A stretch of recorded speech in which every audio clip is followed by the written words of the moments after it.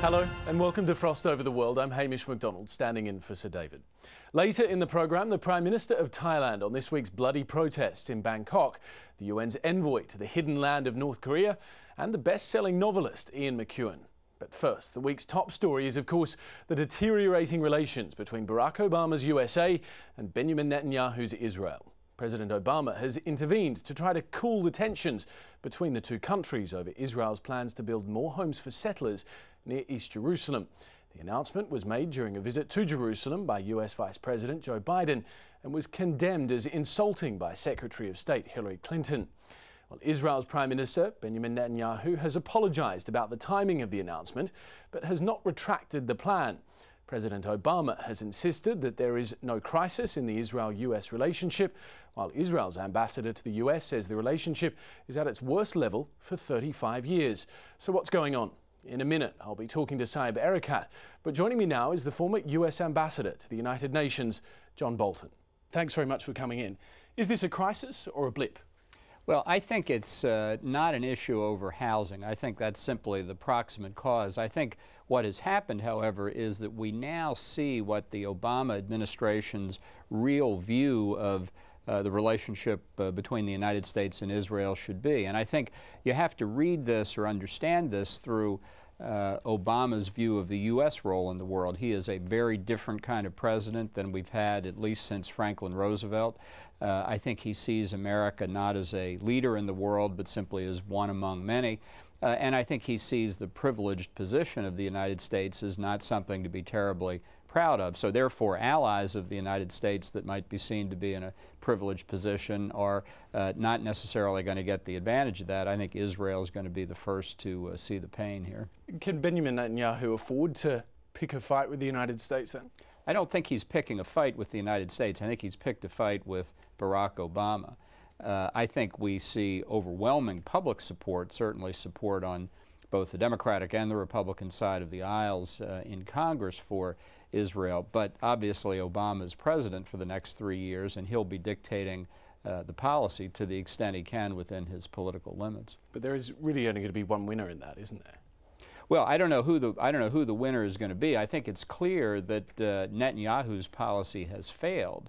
Failed in the sense that he's been trying to build up good behavior credits with the Obama White House by deferring to Obama's negotiation effort with the Palestinians, by deferring to Obama's diplomatic efforts to stop the Iranian nuclear weapons program.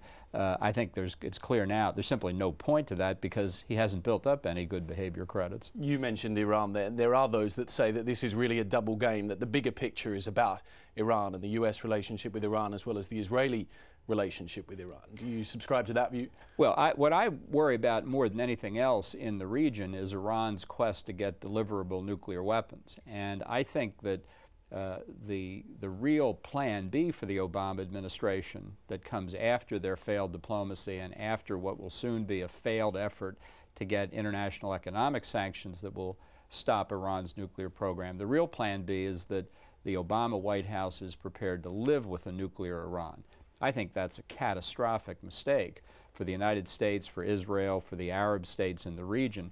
But I think that is where the Obama administration ultimately comes out. They won't like it, but they're prepared to accept it.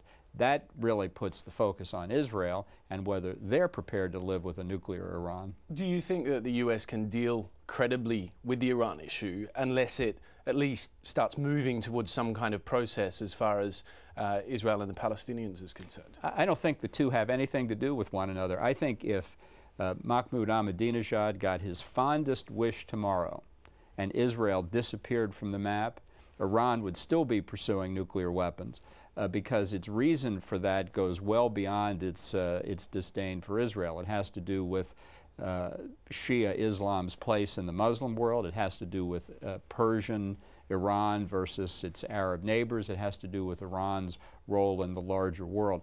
Israel just may be its first target, but it's not the reason Iran is pursuing nuclear weapons. So what does Netanyahu do next then? Well, I think we're now seeing that the decision point is very clear and very close for Israel to decide one way or the other, will it use military force against Iran's nuclear weapons program? The Obama administration is putting unbelievable pressure on Israel not to do that. But I think Netanyahu can now see that his effort to cut himself some slack against the day when he might have to use nuclear weapons has failed with Obama. So that if that is an option the Israelis could decide to pursue, there's no point in waiting much longer. There are those within the US military that are concerned that unless there's some resolution, or at least some movement towards a resolution as far as Israel and the Palestinians are concerned, that it's going to start affecting US interests elsewhere in the region, particularly perhaps Afghanistan or Iraq. Do you think that's a serious concern? Well, General Petraeus made that point a few days ago, and it's an argument that's made all the time. Unless the United States pressures into Israel into some kind of acceptable settlement with the Palestinians, our interest in the broader Muslim world will be negatively affected. All I can say is Israel's been around about 60 years. We're still buying oil from the Arab states of the region at market prices.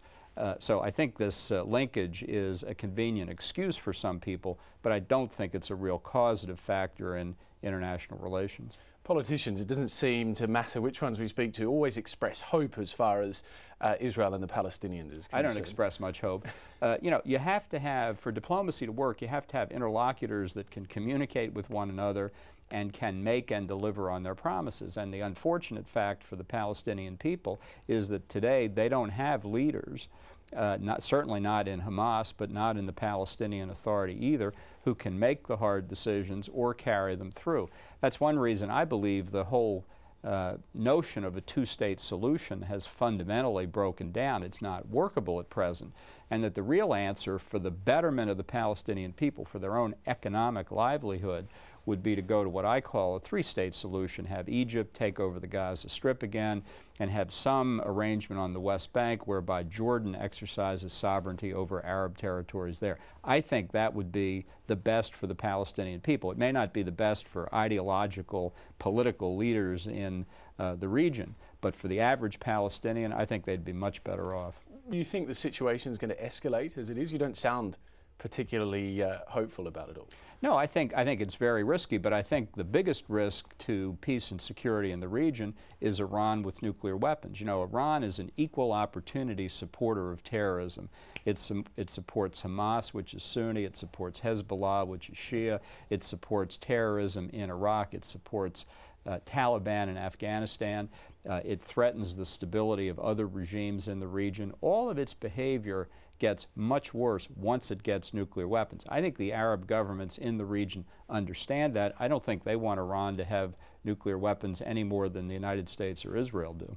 George Mitchell postponed his trip. He's going to be there this weekend now. Is he the right man? Do you think he's doing the right thing? Well, I think Senator Mitchell is a very fine and competent person, but I don't think Mother Teresa could resolve this problem. It's not a question of the individual, it's a question of the timing and the circumstances in which a diplomatic effort is made. And just as at the end of the Bush administration, Secretary of State Condoleezza Rice tried to do the same thing, she failed, Senator Mitchell will fail, and for the foreseeable future, efforts will fail. Sometimes problems don't have immediate solutions, and you just have to allow time to pass. John Bolton, thanks very much for talking to Al Jazeera. Well, that was the former US ambassador to the United Nations, John Bolton. So, where does this leave the peace process, and what do the Palestinians think about the row between Israel and the US? I'm joined now from the West Bank by the lead Palestinian negotiator, Saeb Erekat. Mr. Erekat, thanks so much for joining us. Do you think that Hillary Clinton was cross with Mr. Netanyahu because she was angry about the new settlements, or because she was angry about how Joe Biden had been made to look like an idiot? I cannot speak for Madam Clinton. I know that I was in the meeting with Senator Biden the day the settlements were announced. We were having lunch together with President Abu Mazen, and he was not happy. He considered it as an insult, and further than that, you know, he thought that this was an Israeli answer to undermine the efforts being exerted to revive the peace process. Knowing Secretary Clinton personally, I think she has every possible intention to achieve the beginning of these negotiations, the proximity talks, because her goal, as was said and identified by her and President Obama so many times, is to achieve the two-state solution through negotiations. And do you think that America's credibility in the Middle East has been damaged by what's happened in the last week? Yeah, I think all our credibility has been damaged. All the credibility of those who wanted to relaunch the peace process has been damaged. And I think the Israeli government intentionally did that in order to undermine our efforts. Our credibility as Palestinians has been damaged. The American credibility has been damaged. The Arabs who said unanimously yes to giving Senator Mitchell the chance and President Obama the chance. European credibility were damaged. And I think this was done deliberately by an Israeli government whose intention is to undermine these efforts and to continue with the policies of dictations rather than negotiations. Now, after President Obama's speech in Cairo last year, there was a lot of optimism in the Middle East. Do you think that that optimism has faded now? Well, people want to see deeds. They don't want to hear words anymore. They don't want to hear words from us or Americans or you or anybody else. They want to see deeds, and the only deeds they see on the ground is the continuation of Israeli policies of settlements, walls, dictations, fait accompli policies, incursions, closure and sieges. And look, the United States have linked the establishment of a Palestinian state to its national interests. So I witness a maturity in the matrix of Americans' interest in the region. U.S. is a country with 200,000 soldiers in 2 Muslim countries. And I can believe that the Israeli actions now and behavior of settlements and dictation and non-compliance with agreements signed and non-intentions to go in the process of peace is really harming the U.S. efforts to stabilize and to get their soldiers out of this region by maintaining peace and security. And I believe the bigger picture in the region is very, very damaging. What Israel is doing is very damaging to all of us, not only to the credibility, but also to the fact that we want to achieve peace, security, and stability in this region. Do you think then that it is possible for any peace talks to take place while the building of settlements is carrying on? I don't think this is realistic. I think this has been the deficiency of this peace process for years, and I believe the Israeli government has the choice today: settlements or peace. And so far they have chosen peace, and that's why we have a major problem in this peace process. Do you think then that Prime Minister Netanyahu can be a partner for peace with the Palestinians? Well, we don't choose who represent the Israelis. Mr. Netanyahu was elected by the Israelis, so we really want him to be a partner. But he cannot be a partner if he decides to continue with the settlements, dictations, incursions, closure and siege, using food supplies, medical supplies against 1.5 million people in Gaza. And he can be a partner if he tells the Israeli people what's required to make peace is to have a full cessation of settlement activities, and is to prepare the Israelis that they have to withdraw to the 1967 borders and the establishment of a Palestinian state with East Jerusalem as its capital next to the state of Israel. That's what leaders in Israel should prepare their people to do. Unfortunately, what we see in Netanyahu's government are leaders who tell the Israeli public what they think they like to hear and not what they should hear. Okay, well, the Israeli ambassador to the US, Michael Oren, said this week that ties between America and Israel are at their worst point for decades. What does that mean, do you think? Do you think that it means that Israel is weaker than it normally is, or that America is weaker? All I want is to have the Americans and Israelis understand that I'm not begging peace from them. Nobody is. Peace is in the interest of all of us.